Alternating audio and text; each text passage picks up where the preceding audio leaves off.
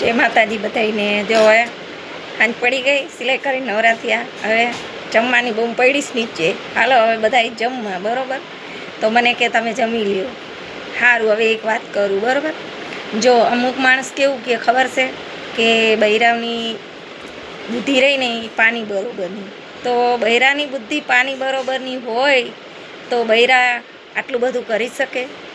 તો પુરુષો એમ કે બૈરાની બધી પાણી બરોબરની, તો જો ઘર સાચવી શકે, પછી માણસો મહેમાન કંઈ આવે એને સાચવી શકે, પછી બહાર જઈએ તો આવે તો એનું ધ્યાન રાખે, કામ ઉપર જઈને આવે તો એનું પણ ધ્યાન રાખે, સવારમાં વહેલા ઉઠે, બધું કરે. તો બૈરા સારા કે આદમી સારા?